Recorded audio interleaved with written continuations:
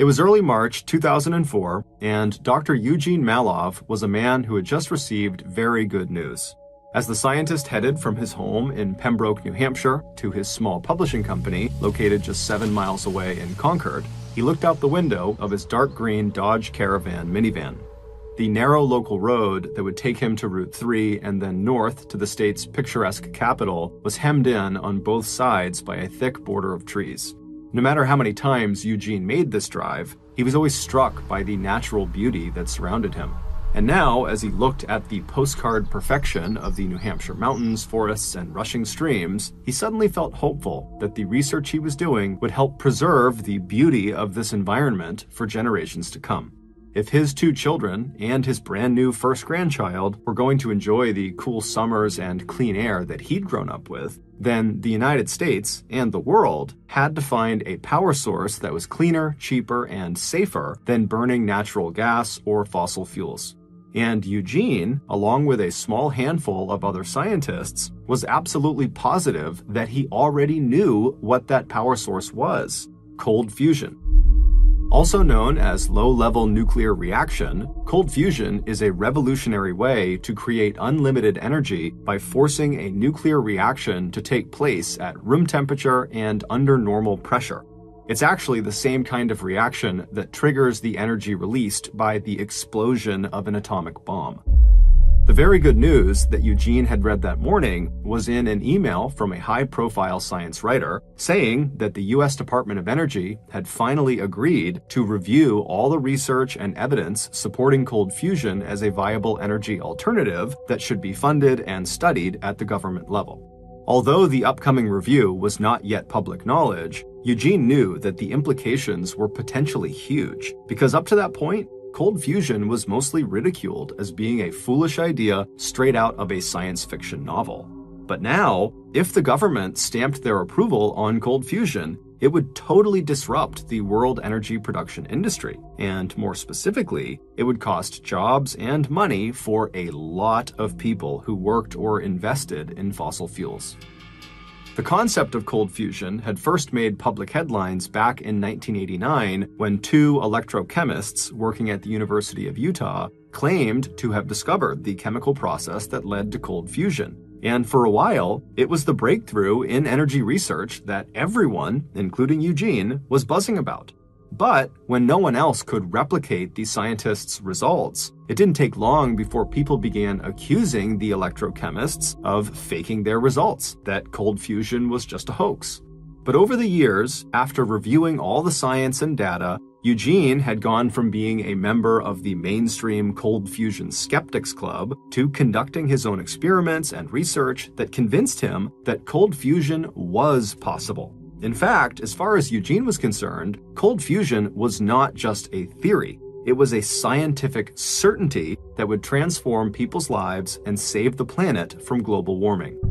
And, especially with the U.S. Department of Energy review adding to his credibility, Eugene knew that he had the brilliance and academic pedigree to totally back up his claim that cold fusion was not just a crazy pipe dream.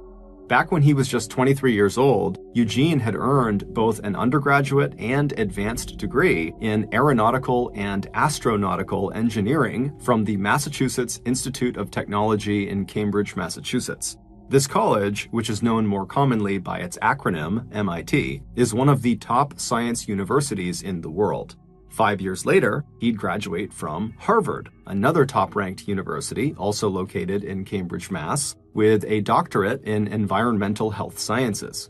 But to his friends and his family, Eugene had never been known as a straight-laced, boring academic. While he did love to talk endlessly about his latest experiments in global warming and cold fusion, he also had a totally zany sense of humor and a big personality to boot that often made him the life of any party he attended. Eugene's interest in science extended far beyond the laboratory. He didn't just research the development of new energies, he wrote about the futuristic ways they could be applied. When he was 34, he co-authored a paper about using solar sails to travel to Alpha Centauri, the star closest to the sun. And as a science journalism teacher at both MIT and Boston University, Eugene was popular for his ability to teach students how to turn dry, technical, and scientific findings into language that could capture the public's interest and imagination. In fact, in 1987, because of his acclaim as a scientist who was also a gifted writer, MIT offered Eugene the job of becoming the university's national and local media contact for MIT research, and the chief science writer and director in charge of reporting on all MIT research for the MIT University newspaper, Tech Talk. And during all that time, Eugene continued focusing his energy and genius on what had become his personal crusade, exploring and understanding cold fusion. So 4 years later, in 1991, it did not come as a big surprise to his fellow scientists and colleagues when Eugene published a book on cold fusion that was nominated for a Pulitzer Prize, one of the most coveted awards in literature.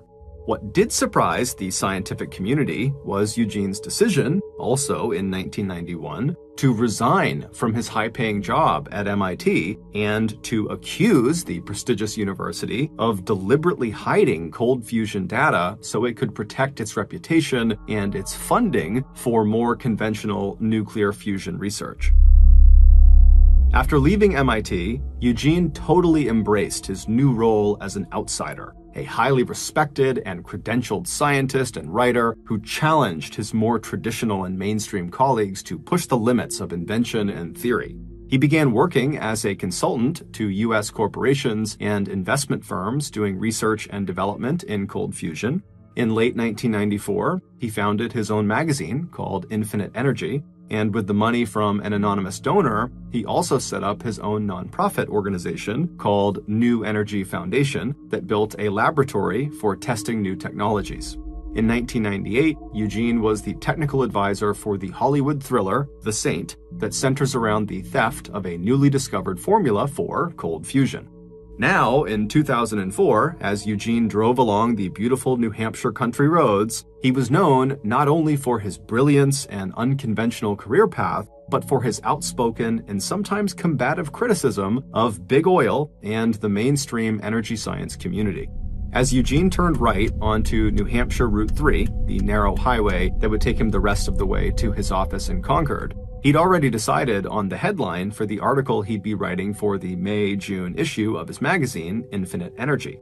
It would read, U.S. Department of Energy commits to re-examine cold fusion, 15 years of evidence for low-energy nuclear reactions. After pulling into a parking space out front of his magazine headquarters, Eugene hopped out of his car and headed inside where he celebrated this victory with his little 4-person staff. Over the next few weeks, Eugene put off everything else in his life so he could work exclusively on the article for the next issue of Infinite Energy. And only when it was finished did he really turn his attention to another, totally separate, personal problem that had been coming to a head over the last several months. Back in the spring of 2003, a little more than 1 year before the review of cold fusion was announced, Eugene's parents were ready to sell their house in Norwich, Connecticut, where Eugene had grown up. Eugene's dad had been a plumber, and his mom had been a math teacher, and then once they retired, they moved away from Norwich. And for more than a year, the white craftsman-style home on Salem Turnpike in the middle of the old mill town in eastern Connecticut had been sitting vacant. But Eugene, who was an only child, had very fond memories of the house with its arched windows and doorway. He'd spent hours when he was young lying out in the backyard of that house, looking up at the stars while he imagined scenes from the hundreds of science fiction books he loved to read. So he persuaded his parents not to sell the property, but to rent it out instead. This way, they could keep the place that held so many happy memories, and Eugene, who said he would manage the property for a small fee, could pull in some much-needed extra income.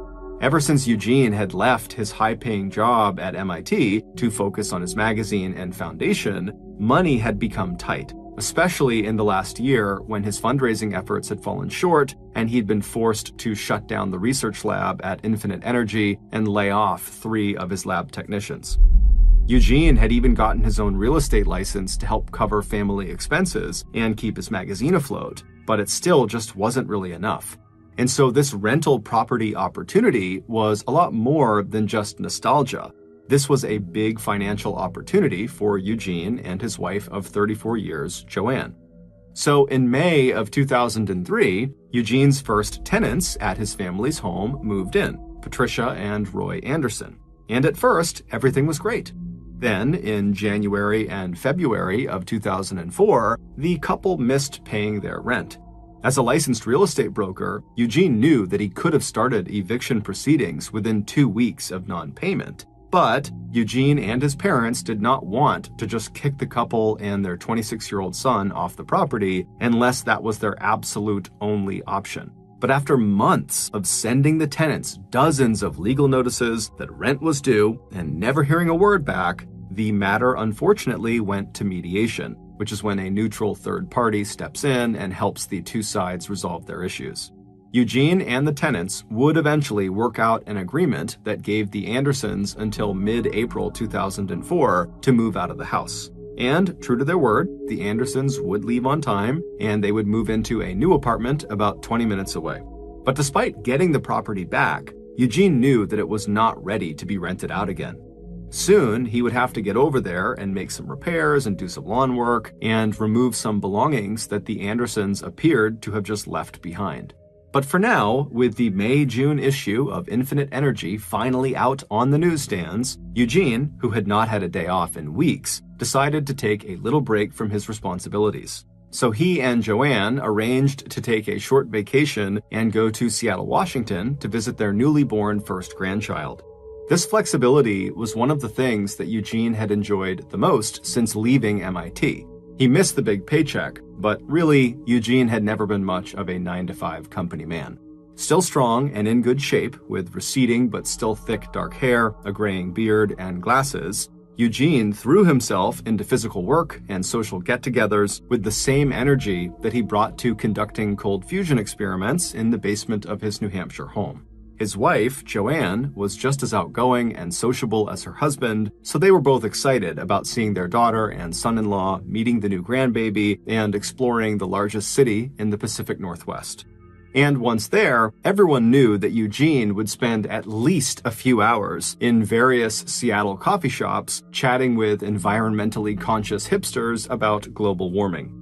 Before leaving for Seattle, Eugene had emailed his colleagues in the scientific community about the pending Department of Energy review of cold fusion, and he urged them to make the potential role for cold fusion a key issue in the 2004 presidential campaign that was now underway. It was clear Eugene wanted to rattle a few cages amongst the cold fusion skeptics. After returning a few days later from Seattle, all Eugene really wanted to do was dive right back into his cold fusion research. But before he could do that, he knew he had to head back down to Connecticut and prep the family property so it could be rented out again. So, bright and early on Friday, May 14th, 2004, Eugene put on his khaki work pants and white t-shirt. He hopped into his Dodge Caravan, decorated with cold fusion decals, and made the 2.5-hour drive south to begin the big cleanup. Eugene liked physical work, and he was actually looking forward to getting the property back in shape. The mediation/eviction process had been quite stressful, and it had cost him some money, but in the end, both he and the Andersons had actually parted on good terms. When Eugene arrived at 119 Salem Turnpike, he felt a familiar sense of affection for the place where he had grown up. The house was set close to the road, and the road was now a lot busier since he was a kid. And then as he kind of looked around, he felt a little pang of regret that so many of the houses on the block that he had grown up with had given way to fast food restaurants and shabby strip malls. There were some big trees on the Malov property, and their driveway extended from Salem Turnpike straight back to a detached 2-car garage in back. Once in the backyard, the house itself blocked the view of the street and muffled the sound of traffic. It was actually one of the property's best selling points, that the backyard felt much more private than the location of the house suggested. Eugene turned his car into the driveway and drove down it until he came to a stop right in front of a big green dumpster that he had rented that was positioned right outside of the garage. After getting out of his car, Eugene walked over to the back door of the house, he unlocked it, and went inside to use the first-floor bathroom. Afterwards, he went back outside, tossed his empty coffee cup into the dumpster, and then he made his way into the detached garage to start clearing it out. Over the next couple of hours, Eugene threw a lot of the junk in the garage out into the dumpster, he cut the grass, and he got a chance to chat with the next-door neighbors and put out the word that, yes, they were looking for some new tenants. Eventually, Eugene went back inside of the house and began removing some of the random possessions that the Andersons had left behind. By mid-afternoon, Eugene had called his wife, Joanne, to let her know that he was making good progress, but there was still a lot to do, and so he probably would not be back until at least 9 p.m. It was late afternoon when Eugene, who was working in the back of the house by this point, heard a car pull into the driveway. From where he was standing, he couldn't see the car because the house was blocking his view, so he just stopped what he was doing and listened for a second.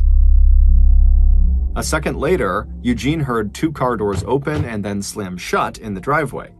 Eugene likely believed these were people who had maybe seen his for rent sign, which was out front, and they were just looking for more information about the property. So Eugene made the short walk from behind the house over to the driveway, and when he turned the corner and looked up the driveway toward this new parked car, he had to squint because the sun was beaming down on his face. As he strained his eyes to see who was there, he made out 2 large men he did not recognize walking toward him. Before Eugene could even ask their names or what they wanted, the 2 men rushed up to him and began kind of muscling him backwards. As they did this, they told Eugene very clearly why they were there, at which point Eugene, who's kind of stumbling backwards, began yelling for them to stop and to just leave, but the 2 men did not leave. Instead, they continued to press and muscle him backwards until Eugene was out of sight of the driveway and the main road. Several hours later, at around 10 p.m., Eugene's wife, Joanne, who was at their home in Pembroke, New Hampshire, 2.5 hours away to the north, received a call from a woman who identified herself as Demetris Granger. The woman was down in Norwich, Connecticut, and while driving along the Salem Turnpike, she'd seen a house with a for rent sign out front, and she called the number, which was Joanne's phone number. She apologized for the late call, but she wanted to know if it was possible to maybe have a look at the property that night. Joanne had not heard from Eugene since their last call several hours earlier, and since he wasn't back yet, she had just assumed he was still at the house working. So she gave Demetris a description of her husband and his vehicle and told her that if Eugene was still there, she was sure he'd be happy to show her around. About 40 minutes later, Demetris arrived outside of 119 Salem Turnpike. She didn't see a Dodge Caravan in the driveway, and so she figured Eugene must have left to go back to New Hampshire. But she decided, since she was there, she would still like to just hop out and maybe get a better look at the outside of the property. So she pulled into the driveway, she parked her car, and she got out and began walking down the driveway toward the back of the house. But after walking only a few steps, she suddenly stopped. Then, with her hands shaking, she pulled out her cell phone and she dialed 911.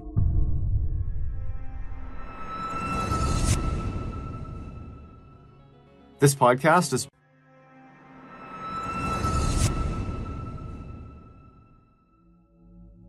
at the Norwich Police Department, just 7 minutes away from the rental property. The night dispatcher answered the emergency call. Demetris told them she was at 119 Salem Turnpike and that she was looking down at the mangled body of a man lying face up in a pool of blood on the driveway. By 11 p.m. that night, Eugene's childhood home was swarming with police and emergency medical personnel. It didn't take long for the 2 lead detectives who arrived on the scene to realize that they were likely dealing with a homicide and a possible robbery. As they approached the victim, they immediately noted that his shoes were gone and his pockets had been pulled inside out. After talking with a terrified Demetris, who had gone back to sit inside of her car, and after dialing the phone number listed on the for rent sign out in the front yard, it also didn't take the detectives very long to identify the victim as Eugene Malov.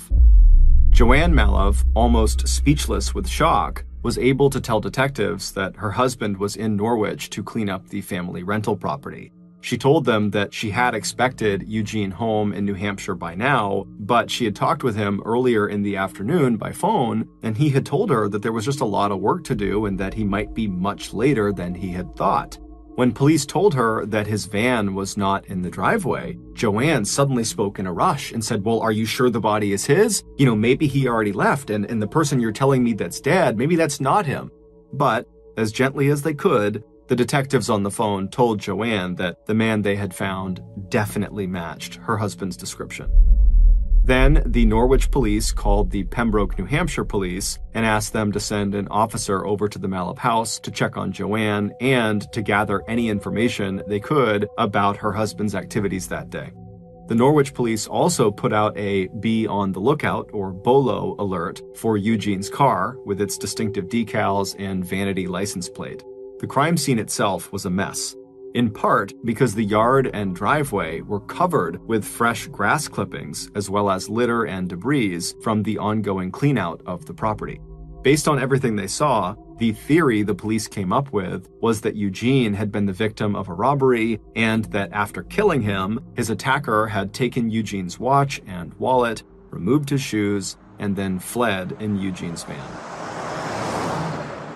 Early the next morning, Norwich police got a call from a patrol officer saying he'd discovered Eugene's Dodge Caravan in a commuter parking lot at the Foxwoods Resort and Casino, located 15 minutes away from the site of the murder. A forensic examination of the vehicle showed no signs of any fingerprints on the steering wheel or on the car door handles. The engine and exhaust pipe were cool to the touch when the car was found, so police knew it had not been driven recently and was probably left there immediately after the murder. Security cameras at Foxwoods didn't help either. The night had been cloudy, damp, and hazy, and there was no footage that showed the vehicle or its driver entering the lot or parking the van. The only time frame that the police could come up with for the killing was that it must have happened between early afternoon, when Eugene called Joanne, and 8:30 p.m., which was when a neighbor had noticed that the Dodge Caravan was no longer parked in the driveway. Within 24 hours of the murder, the news that a prominent MIT scientist and cold fusion advocate had been found dead was making local and national headlines. And it didn't take long before the brutal but straightforward robbery-homicide theory got a lot more complicated. Even as police in New Hampshire interviewed Joanne Malov and her 2 children, and police in Norwich started tracking down other persons of interest like the Malovs' former tenants, the science community that studied nuclear and cold fusion, as well as other potentially significant alternatives to fossil fuels, began buzzing with rumors and speculation. And the lead detectives on the Malov case were about to get swept up into a high-stakes world of scientific research and intrigue. As police started interviewing Eugene's colleagues and co-workers, his closest friends in the scientific community hinted to police that not everyone would have wanted Eugene to succeed in his quest to discover the secret of cold fusion and a potentially unlimited source of cheap energy. And based on those rumors, and the fact that Eugene's vehicle had been found several miles away with no fingerprints on it anywhere, people began to speculate that this could have been a professional hit or maybe a revenge killing. And these speculations quickly began to appear in the media, with headlines like, "Were those with financial stakes in the big gas and oil companies trying to stop cold fusion research?" Meanwhile, police interviews with the Malov family quickly confirmed that no one in the family had either the motive or opportunity to kill Eugene. But when Joanne told police about the eviction proceedings against Roy and Patricia Anderson that Eugene had been directly involved in, police quickly turned their attention to tracking the former tenants down.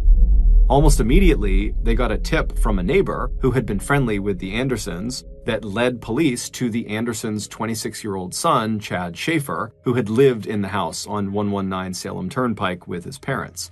And Chad, who was totally shocked at the news of Eugene being found dead, would tell police that he was not directly involved in the eviction proceedings. That was something that Eugene and his parents handled. But his impression was that his parents and Eugene had ended things on relatively good terms.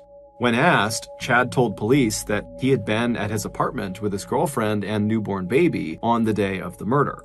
As for his parents, he didn't know for sure where they had been on the day of the murder, but he believed with relative certainty that they had been at their new house in Montville, Connecticut. So police would go to Roy and Patricia's house in Montville, and the couple would be just as shocked by the news about Eugene as their son was, and they would say they were home on the day that Eugene was killed. And when asked about the eviction, Roy and Patricia's story would match their son's. They said that they had not been happy about being evicted, obviously, but ultimately they had managed to end things on fairly good terms with Eugene and his family. And so after the police left the couple's home, they realized that they had no leads. Everything had turned into a dead end. Everyone had an alibi and no one knew what happened. But soon, the police would catch a huge break, or so they thought. Within days of Eugene's body being discovered, the police actually arrested 2 men for the murder. The men had been on a drug-fueled burglary spree in the Norwich, Connecticut area at the same time that Eugene was killed, and so they seemed like the perfect suspects. But after being held in jail for 4 years, it would turn out the state's forensic lab had actually mishandled a key piece of evidence, falsely linking the 2 burglars to the homicide. While the 2 men would go on to be tried in court for their burglary spree, the state had no choice but to drop the murder charges against them and apologize. But that mistake was much more than just embarrassing for law enforcement. It meant that for the last 4 years that they were focused on the wrong suspects, the police had done nothing for Eugene's murder. They had not investigated anything else. They believed they had their suspects. And so now Eugene's murder was just a cold case. But in November of 2008, which was right after the 2 wrong suspects were released, the state of Connecticut formed a special cold case task force of state and local law enforcement personnel that began aggressively reinvestigating Eugene's murder. 3 months later, they held a press conference announcing that they were now offering a $50,000 reward to anyone from the public who came forward with information that would lead to Eugene's killer. While the task force declined to give any details about their new investigation, Detective Jim Curtis told reporters that during their first 3 months on the case, they had already come up with at least one very promising lead. The news of the possible lead and the $50,000 reward electrified the scientific community. Even researchers and scientists who had disagreed with Eugene about cold fusion had soon realized that his death had left a huge void inside the field of new energy research. And Eugene's friends and his staff at Infinite Energy, who had managed to keep Eugene's publication afloat even after his death, had not only missed him and his brilliant mind, but they also just wanted answers. Who killed Eugene and why? The big new lead that Detective Curtis had referred to during the press conference related to a particular set of keys. On the night of May 14th, 2004, which was the night Eugene was found, the police would immediately notice that the entire property was covered in grass clippings from when Eugene had cut the grass earlier. There were clippings still clumped up on the grass, the clippings were out on the driveway, they had blown into the garage and out into the street in front, and all the litter and debris that was scattered around the property from the cleanout of the house. That too was covered in grass clippings. But there was a set of keys that had a distinctive plastic tag attached to them that had a picture of the sun on it, as well as the name Brittany on the keychain, that were found near Eugene's body, but these keys did not have a single blade of grass on them. Instead, it looked like they were dropped on top of some loose clippings, meaning they had to have been dropped later in the night, well after Eugene had cut the grass. And so maybe these keys were not Eugene's. Maybe they were the killer's keys, and they had accidentally dropped them during the attack. But despite this very promising lead, the police got nowhere with it.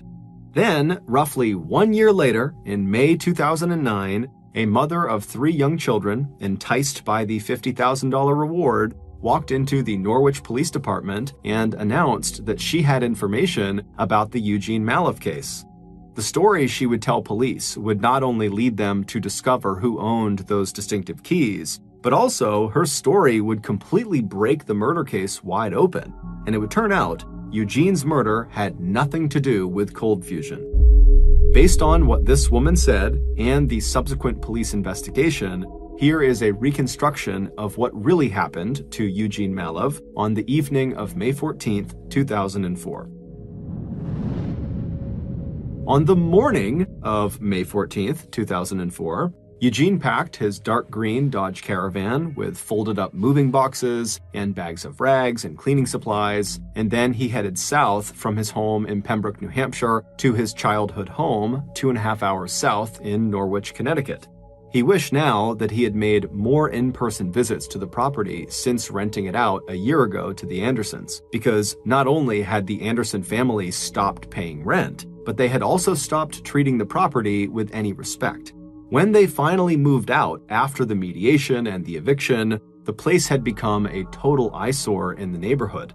At one point, there were 2 non-working cars on the front lawn, and even though the Andersons did remove them when they left, they did not remove all the remaining extra car parts and bike parts that were all over the lawn, and there was just lots of trash and other debris basically strewn across the entire property.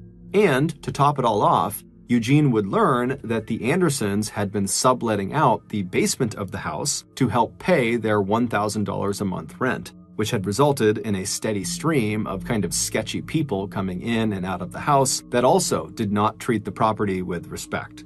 And so when Eugene arrived at the house that morning, his plan was just to go in there and throw away anything the Andersons had left behind.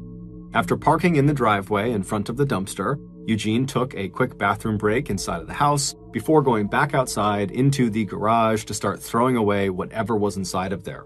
Over the next couple of hours, as he did this, he periodically glanced out the front doors of the garage up the driveway to Salem Turnpike, where he could see the curious glances from pedestrians and drivers, some of whom slowed down as they passed by the house to see what he was doing. Eugene likely didn't think much of them and just kept doing this big cleanout. However, what Eugene didn't realize was that one of those passerbys was a relative of the Andersons, and they didn't really know the full picture of what was going on. And so when they saw Eugene throwing away all of the Andersons' stuff, the relative pulled out her cell phone and called Patricia and Roy Anderson to tell them what was going on.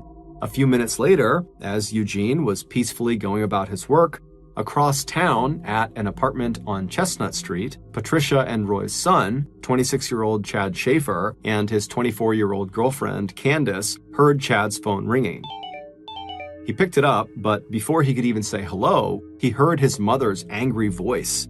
She had just gotten the word from that relative that Eugene was at their old rental throwing out the Andersons' belongings, and she was furious. She had been telling Chad for weeks to get over there and clean out the rest of their stuff, but clearly he had not done that. And so now she demanded that her son get over there and take care of this situation. Chad initially did not do anything. But as he sat there, he started to think about what he might have accidentally left behind at the property that now might get thrown away. And so eventually he decided he would head over and talk to Eugene. But before he headed over there, he decided he needed help from his cousin, 31-year-old Mizelle Brown, who was well known to Norwich police and who had a past history of drug offenses. Mizelle arrived out front of the Chestnut Street apartment late that afternoon. On his way out the door of his apartment to go out and meet Mizelle out on the road, Chad grabbed his own set of car keys from a hook and stuffed them into his jacket pocket. A few minutes later, the 2 men were in Mizelle's car driving over to 119 Salem Turnpike. Once they arrived at the house, they turned into the driveway and they parked behind Eugene's van. As the 2 big men got out of the car and slammed their car doors shut, they saw Eugene step out from behind the back of the house into the driveway, and he was kind of shielding his eyes with his hands, and his face showed no sign that he recognized either of them. The 2 men wasted no time and walked right up to Eugene and began crowding into his personal space, kind of forcing him to start stepping backwards. But despite how intimidating this was for Eugene, when Mizelle and Chad told him who they were and that he had to stop throwing their stuff out right now, Eugene was immediately defiant and said, "No, you had your chance to claim your stuff. "You didn't, now leave." But instead of leaving, Chad stepped forward and threw the first punch in what would become a violent struggle that left Eugene's blood spattered on the side of his childhood home, on the garden hose lying across the backyard, on the doors of the cars parked in the driveway, and on the side of the green dumpster. When Eugene finally fell to the ground face first, Chad and Moselle took turns beating him literally into the ground with a metal pipe they found on the floor of the garage. Eventually, the two men stopped and just stood there in silence, sweating and breathing heavily while they stared down at the horrible damage they had inflicted on Eugene. Then, almost like snapping back to reality, the two men looked around them to see if anyone had seen them. But when they looked around, it was quiet, and they noticed that where Eugene had fallen, his body was kind of blocked from view by the dumpster and his van and their car, and so no one could even see him, even if they were looking in their direction. And so the two men, satisfied they were in the clear and that they would not get caught, they just casually hopped back into their car, they backed out of the driveway, and they drove back to the apartment on Chestnut Street. When Chad and Moselle walked through the front door, Chad's girlfriend, Candace, immediately saw their clothes were covered in blood. But before she could absorb what the two men told her, that they had, quote, beat the shit out of their landlord, the two men told Candace that she now had to come with them and help them make their murder look like a robbery. Candace put her newborn baby in the crib, and then she, Chad, and Moselle left the apartment and returned to 119 Salem Turnpike. But when they got there and they parked in the driveway and approached Eugene's body, Chad and Moselle were stunned to find that Eugene was still alive. He was still breathing. When they rolled him over, Eugene opened his eyes and looked up at his attackers and began pleading with them to help him as the blood began to spill out of his mouth. As Candace started to back away, Moselle reached out and caught her by the arm and dragged her back to Eugene's body. And Chad pushed the metal pipe they had used earlier to beat Eugene into Candace's hands. And then Chad pointed at Eugene and said, "Hit him." When she didn't respond, Chad slapped her and said if she didn't do as he told her, they'd kill her too. And so Candace gripped the pipe, she raised it over her head, and as she did this, Eugene begged them to stop. But seconds later, that pipe came crashing down directly onto his face. After she hit him, she handed the pipe back to her boyfriend, and then Chad and Moselle began taking turns smashing and kicking Eugene's face and body until they were so tired they had to stop. By the end of the second beating, Eugene would have 32 significant lacerations on his face and neck, and a stab wound on his right forearm. But amazingly, at the end of this second beating, Eugene was actually not dead yet.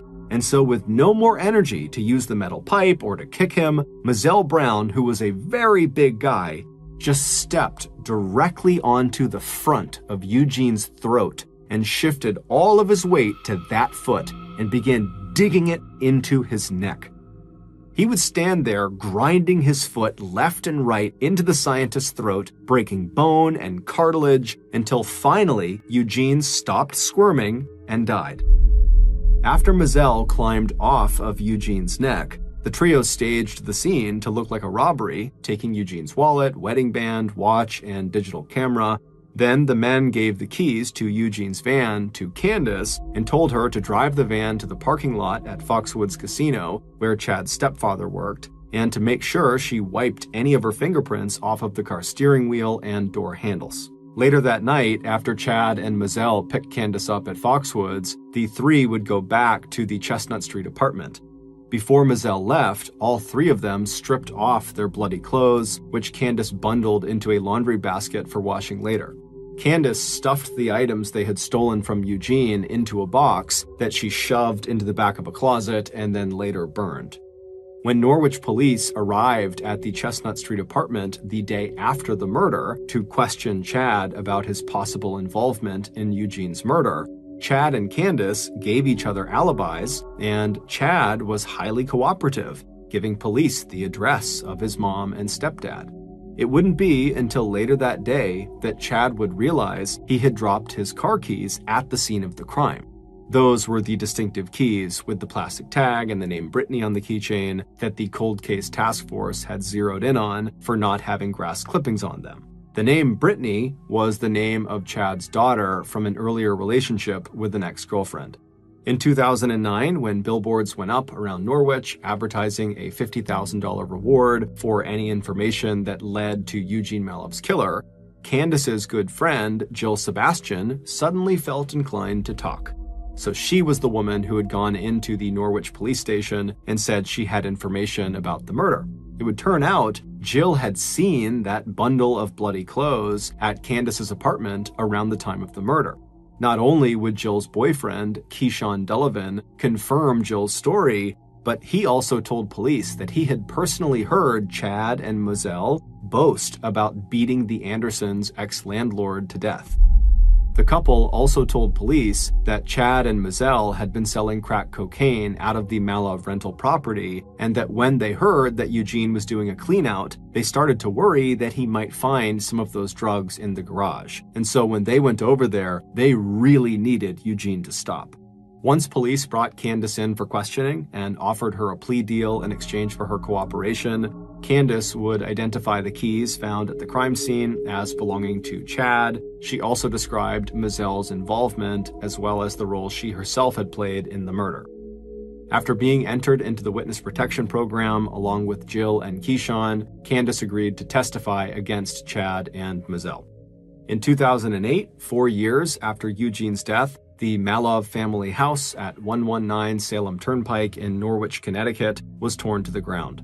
4 years after that, on April 20th, 2012, Chad Schaefer pled guilty to first-degree manslaughter and accessory to third-degree robbery and was sentenced to 16 years in prison. 2.5 years after that, on October 24th, 2014, Moselle Brown was sentenced to 58 years in prison. And about 7 months after that, on May 27, 2015, Candace Foster, who served 4 years and 10 months in prison while awaiting trial, pled guilty to hindering prosecution and tampering with evidence and was sentenced to 5 years probation. Back in December of 2004, 7 months after Eugene was killed, the Department of Energy would finally release its report on their review of cold fusion research. While they stopped short of endorsing cold fusion as a viable energy source, they did recommend that funding agencies should entertain individual, well-designed proposals for experiments involving cold fusion. According to a close colleague of Eugene Malov, while the report certainly fell short of what Eugene expected, the colleague believes Eugene still would have welcomed even the smallest steps along a new scientific path into the future. In 1957, 31-year-old Larry Bader was living with his wife, Mary Lou, and their 3 kids in Akron, Ohio. Larry was a good father and good husband, but he was a terrible businessman. Over the past several years, he had launched several new business ventures, and they had all failed, throwing the family into fairly significant debt. And so even though Larry desperately wanted to be an entrepreneur and eventually start a quality business, they didn't have the money to do that. And so he had to just take some job in order to pay the bills. And so the job he got was a cookware salesman for a local company, and it did pay the bills, but it did not make Larry happy. And so on the weekends when Larry was not working, and if it was okay with his wife, he would basically just disappear and go fishing on Lake Erie, which is about an hour north of where they lived. And that was his way of kind of disconnecting from reality and kind of disconnecting from his somewhat crappy life. And so on Friday, March 15th, Larry approached his wife and said, hey, I'd like to head up to Lake Erie and go fishing for the weekend. And she would tell him, I got the kids, it's fine, you can go do that. But I heard the weather was going to be really bad. Are you sure that's such a good idea? And Larry would tell her, you know what, don't worry about it. These storms, they always hype them up. They're never a big deal. I'll be fine. And so he kissed his wife, he kissed his kids, he grabbed his stuff, he hopped in his truck, and he left and headed up to Lake Erie. That night, Lake Erie was hit with a massive thunderstorm, way bigger than the one that the news was predicting. And then the following morning, the Coast Guard discovered Larry's boat floating around on Lake Erie. There was minor damage to it, and it was missing an oar, and it was missing Larry. Larry was nowhere to be found.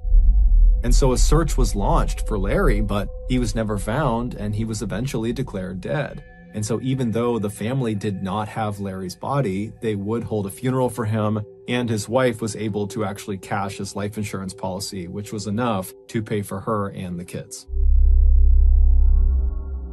8 years later, in 1965, Larry Bader's niece, a 21-year-old woman named Suzanne Peka, was in Chicago at a sporting goods show with a friend of hers. And as they're walking through the different exhibits, looking at different sporting goods equipment, they noticed over on the side of the building, there was a fairly large group of people gathered around this one particular exhibit. And so she and her friend she was with walked over to this group, and they kind of pushed their way through. And in the middle of this group was this man with an eye patch and a big mustache doing an archery demonstration.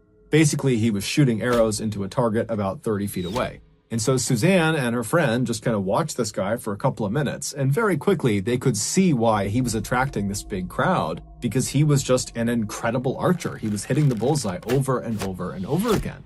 But as they continued to watch this guy, Suzanne's friend started to notice something unique about him. And he eventually turned to Suzanne and said, "Hey, doesn't this guy look exactly like your uncle who went missing on Lake Erie?" And Suzanne was kind of surprised to hear him talking about her missing uncle, but she turned and looked at this guy, and all of a sudden she saw it too. He was a spitting image of Larry Bader, her uncle. Although this guy had an eye patch and a mustache, but even with that, he looked exactly like Larry. And as Suzanne is watching him, she's thinking, Larry was known for being this incredible archer, and here this guy is who looks just like him, and he's an incredible archer. And so after this demonstration was over, Suzanne and the friend ran over to this guy with the eye patch on, and Suzanne says to him, "Hey, I know this sounds totally crazy, but you look exactly like my uncle, Larry Bader, who went missing on Lake Erie 8 years ago." And so the guy, he hears her and he kind of smiles and says, "I'm sorry, I don't know Larry Bader. My name is John Johnson. People call me Fritz. I'm sorry, I don't know who your uncle is. I can't help you." But Suzanne, as she stood there staring at this guy, she was becoming more and more convinced this was Larry Bader, despite the fact this guy is saying he is not Larry Bader. And so she says to him, "No, you are Larry Bader. I'm positive you're my uncle." Now at this, Fritz would be polite but firm, and he would reiterate that, "Look, I'm not your uncle. I don't know who Larry Bader is. I don't go to Lake Erie. I just don't understand why you think I'm him. I live in Omaha, Nebraska with my wife and my kids, and I'm on TV. I do sports journalism in Omaha, and I advise archery companies, and that's why I'm here. So I don't know why you think I'm your uncle, but I'm not. I'm sorry." And with that, Fritz turned around and he walked away.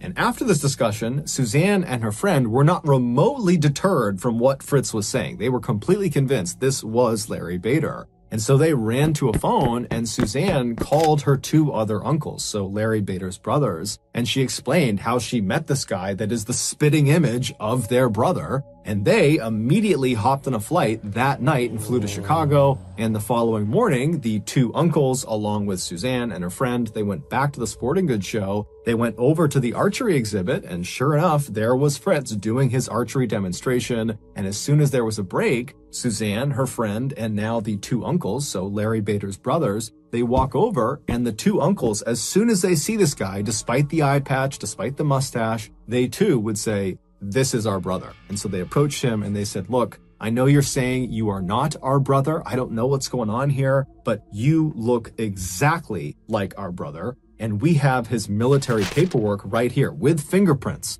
Will you please just humor us and go to the police station with us and get fingerprinted? That way you can prove you really are not our brother. Please, we've been looking for our brother for a long time. This would be a huge favor to us." And so Fritz was annoyed. He didn't want to do it, but he's like, "Okay, fine. I'll go to the police station with you. I'll get my fingerprints taken, and we can put this behind us." And so that day, they left the sporting goods show. They went to a police station, and Fritz had his fingerprints taken. And afterwards, the police would tell him, "You are Larry Bader."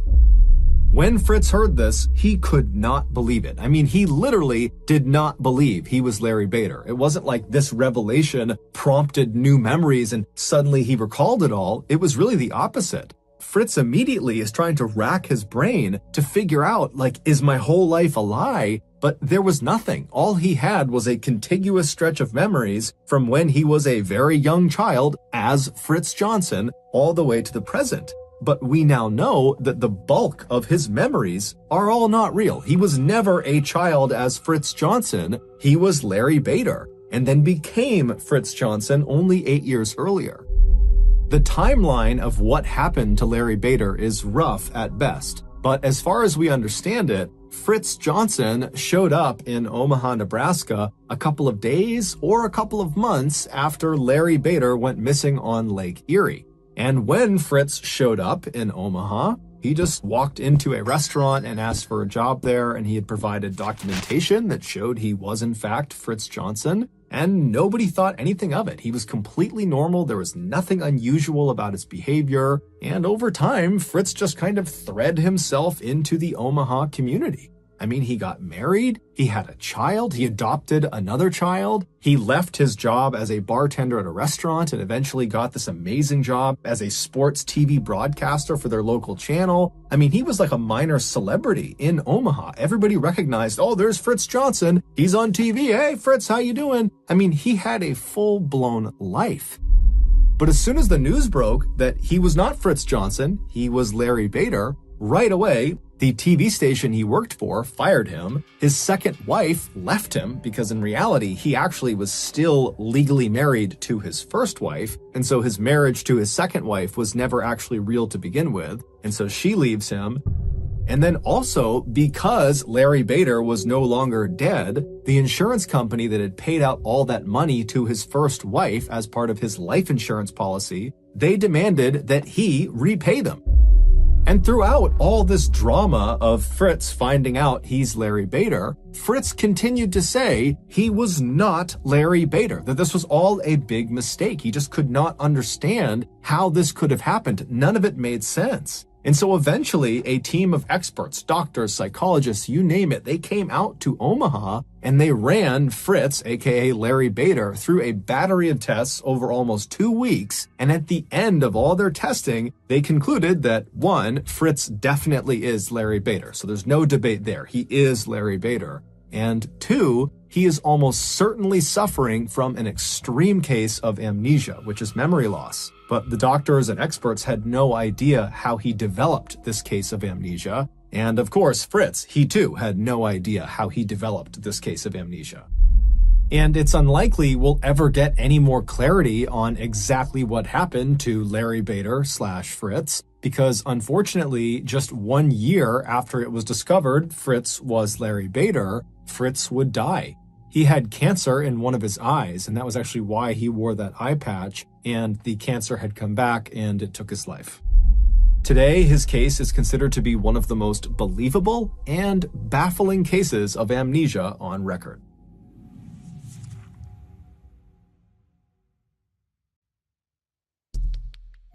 Our next story is called The Bully.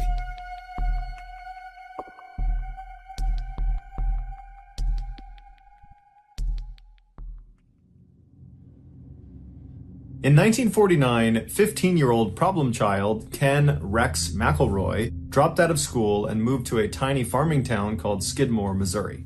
There, he began his life of crime, which consisted primarily of theft. At night, he would drive his truck onto Skidmore residents' property, and he would steal their livestock, alcohol, grain, food, antiques, anything he could get his hands on and that he could sell, he would take. And if the owners ever caught him in the act, he would just raise his rifle at them and tell them to go back inside and never report it to the police or he would kill them. And because Rex was this big 270-pound monster of a man who was known for having a bad temper and for being really aggressive, people generally just did what he asked and his crimes went totally unreported.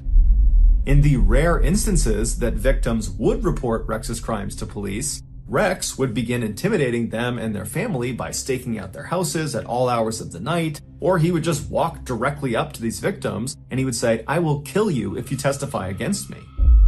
And if none of those tactics worked, Rex used some of his illegal money to hire one of the very best defense lawyers in the entire state, a lawyer who had famously represented the mob, and he would step in and get Rex off of virtually any charge, including the time Rex actually did shoot one of the owners who caught him in the act. Over the years, Rex would use these fear and intimidation tactics not just to make money, but also to prey on young women and girls. In the 1970s, when Rex was in his 40s, he began stalking a local Skidmore girl who was 12 years old named Trina. After assaulting her dozens of times, Rex learned her family was going to be pressing charges against him. So Rex burned down Trina's family's house and killed the family dog, and then threatened to kill the entire family unless they signed paperwork that would legally marry their daughter Trina to Rex. This would protect him legally in case they pressed any charges against him.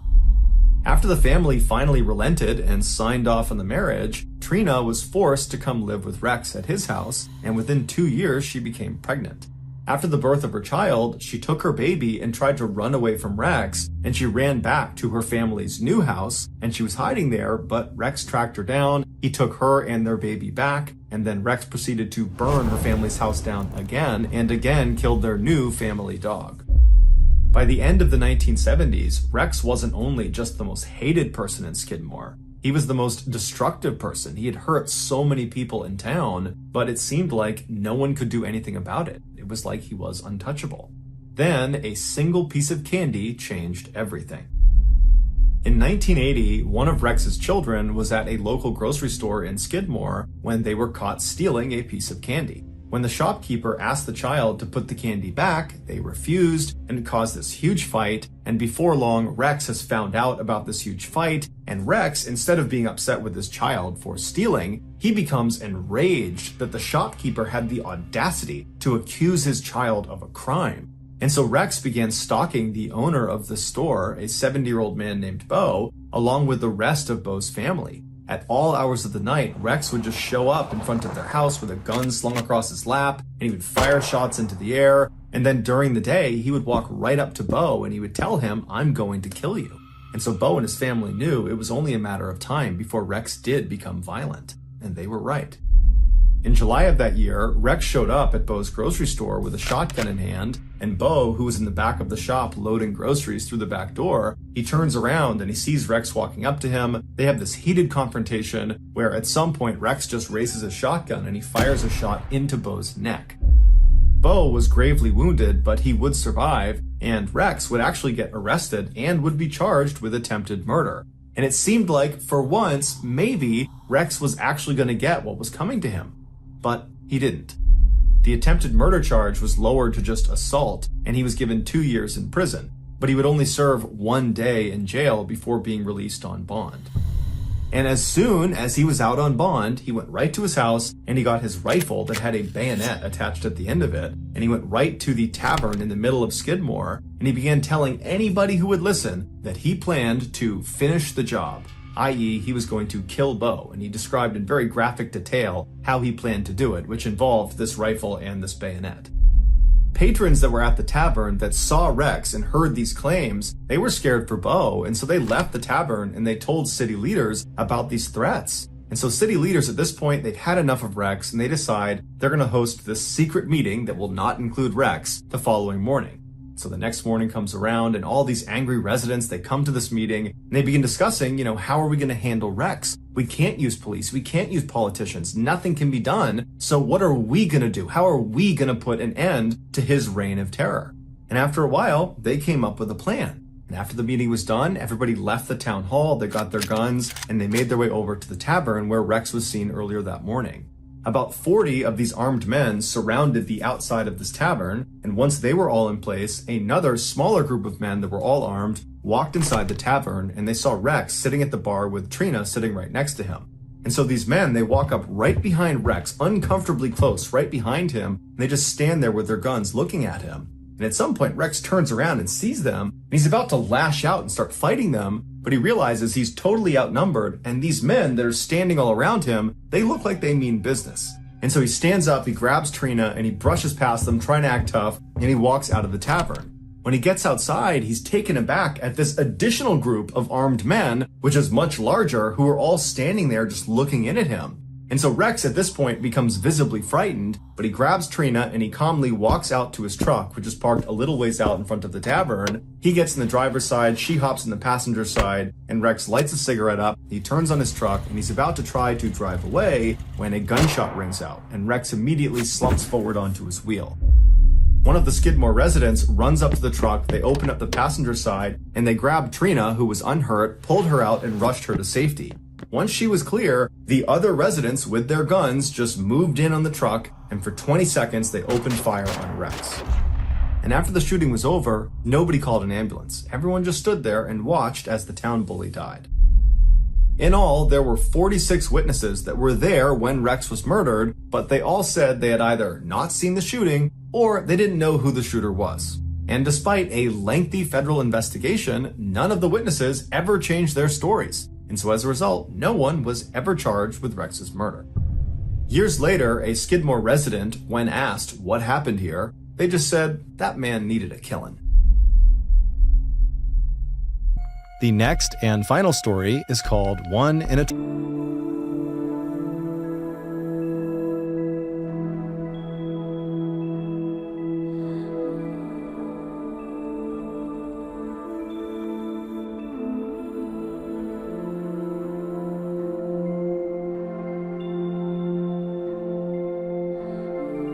Michael Packard might be the luckiest or unluckiest person alive. In 2001, when Michael was 38 years old, he was on a flight over Costa Rica when the small plane he was on crashed. The pilot, co-pilot, and the passenger were all killed on impact, but Michael and the 4 other passengers, they survived the crash, but they were all left badly injured and stranded in a very remote section of the jungle. The survivors attempted to use the downed plane's radio equipment to send out a distress signal to try to get someone to come out and help them, but they had no way of knowing if anybody was receiving their signal. And so all they could do was just send it out and then wait and hope somebody found them before they all died. And sure enough, 48 hours after crashing, rescuers were able to hack their way deep into the jungle where Michael and the other survivors were, and they were all saved. While Michael was recovering in the hospital, a doctor told him that based on his injuries, he would not have survived another night out in that jungle. The chances of even being in a plane crash are astronomically low. The odds are about 1 in 5 million, with some places giving odds as low as 1 in 20 million. To put that in perspective, Michael was far more likely to have been struck by lightning, which is about a 1 in 1 million chance, than he was to have been in that plane crash. But that plane crash would not be the last time that Michael defied the odds and did something totally unbelievable. Over the next couple of decades, Michael, who was a commercial diver by trade, would survive not 1, but 2 significant encounters with great white sharks off the coast of California. Some of Michael's friends would not be so lucky. Michael would get lost at sea, like really lost, like treading out in the middle of the ocean with no land in sight for hours lost. But miraculously, a boat would find him and save him again.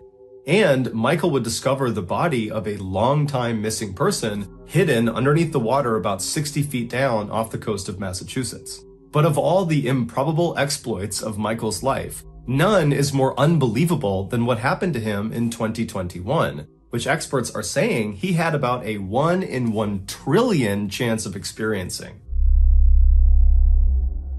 On the morning of June 11th, 2021, Michael, who was 57 years old at the time, hopped in a boat with his longtime diving partner, Josiah. Once they were all situated and they had all their equipment inside of the boat, they took off and headed for the open waters right off the coast of Cape Cod, Massachusetts, where they planned to do some lobster diving. A popular way to retrieve lobsters is to literally just dive down and by hand pick them up and bring them back to the surface. And so that day, that's what Michael and Josiah planned to do. Once they reached this spot right off the coast, Michael put on all of his scuba diving equipment and hopped in the water. Josiah did not put on any diving equipment because he was not going to be getting in the water for this dive. Instead, he would remain on the boat and help Michael get in and out of the water. He'd pull lobsters up onto the boat, and he was also there in case of an emergency, he could call for help. And so just after 6 a.m., once Michael was in the water and signaled he was good to go, he dove down below, and after a little while, he came back up, but with a relatively small haul of lobsters. And so the two men figured that, well, I guess today is just not a great day for catching lobsters. But regardless, for the next couple of hours, Michael continued to go down and catch as many lobsters as he possibly could. By 8 a.m., Michael had captured approximately 100 pounds of lobsters that were now in the boat. And so Michael and Josiah were actually starting to feel pretty good about this particular trip. And so Michael decided he would go back down one more time and try to get just a few more lobsters before they called it a day. And so Josiah remembers watching Michael, who was in the water. As he put his mouthpiece back in, he signaled up to Josiah that he was good to go. And Josiah watched as he disappeared below the surface. The water was very calm, and Josiah is just kind of scanning out across the water. And then all of a sudden, this eruption of white water came rushing up to the surface right where Michael had gone down below. And so right away, Josiah leaned out over the edge of the boat to see if he could look down and see his friend. But he didn't see Michael anywhere. Instead, he saw something massive moving around underneath them. After Michael had broken the surface on this final dive down to get more lobsters, his plan was to sink down to the bottom of the ocean at about 60 feet and then go hunting for lobsters. But when he had descended to about 45 feet, he felt something smash into him from behind that felt like a truck hitting him, and then everything around him went totally pitch black. The impact of whatever it was that hit him had caused his mouthpiece to get blown out of his mouth. So he doesn't have air, and he starts fumbling around to find his mouthpiece, but he can't find it. And as he's fumbling around, his hands are making contact with what feels like walls all around him. He was inside of an enclosed space. But when he had touched these walls, they were not normal walls. They were soft, but they were hard at the same time, and they seemed to be moving, like they were pulsating or quivering. The space he was in was fairly large, and it was not completely flooded with water. It was like Michael had slipped into this air pocket. But this air pocket was not stationary. It was moving, and pretty fast, because the water that was inside of it was violently sloshing all around. Michael could hear it slapping up against the walls. As Michael continued to panic and fumble around for his mouthpiece, he started to notice intense pressure on his legs, but he had no idea what was causing it, and because it's pitch black, he couldn't see what it was. Finally, Michael found the line that was connected to his mouthpiece. He jammed it in his mouth and he took a long inhale, and now that he could breathe again, he had this horrifying thought: have I been swallowed by a shark? He instinctively began feeling around for the shark's teeth. But there were no teeth inside of this space. Instead, it was just these walls that continued to shift and move all around him. And that's when it dawned on him. He had been swallowed, but not by a shark. He had been swallowed by a whale. For nearly 45 seconds, Michael was trapped inside the closed mouth of a humpback whale.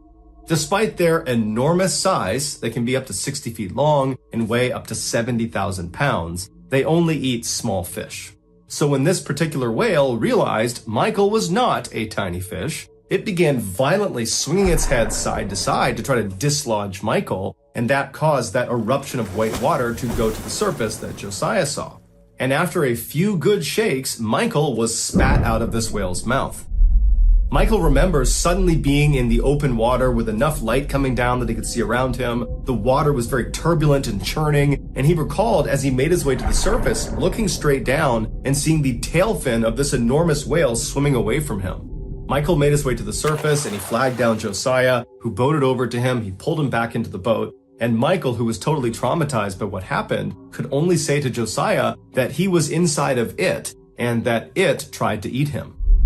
After Josiah brought Michael back to shore and called the authorities, Michael was rushed to a hospital where he was evaluated, and unbelievably, he suffered really no injuries. He had some significant bruising to his legs where the whale had actually clamped down on him. That was the pressure he felt in his legs. The mouth of the whale was closing on his legs. But besides that, there really wasn't any other injuries. And so later that day, he was discharged.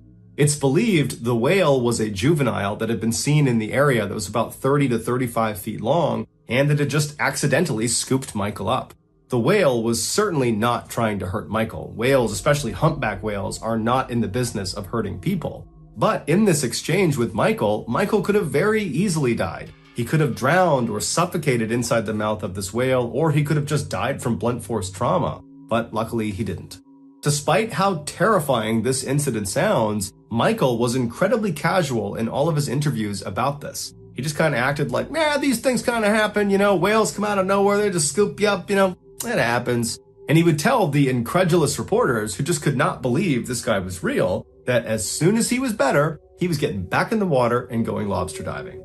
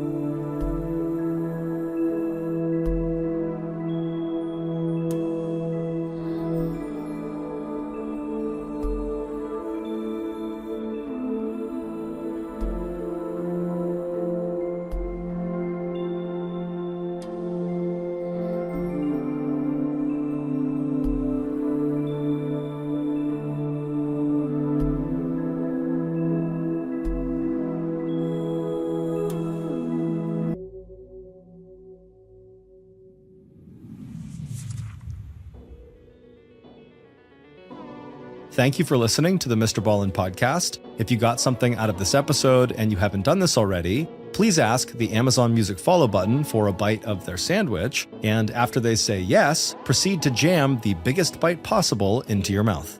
This podcast airs every Monday and Thursday morning, but in the meantime, you can always watch one of the hundreds of stories we have posted on our main YouTube channel, which is just called MrBallen. Consider donating to our charity. It's called the MrBallen Foundation, and it honors and supports victims of violent crime as well as their families. Monthly donors to the MrBallen Foundation Honor Them Society will receive free gifts and exclusive invites to special live events. Go to MrBallen.Foundation and click on Get Involved to join the Honor Them Society today. If you want to get in touch with me, please follow me on any major social media platform and then send me a direct message. My username is just @MrBallen, and I really do read the majority of my DMs. Lastly, if you want to check out our merchandise, join our Discord server, or just see what's going on at Ballen Studios, head on over to our brand new website, ballenstudios.com. So that's going to do it. I really appreciate your support. Until next time,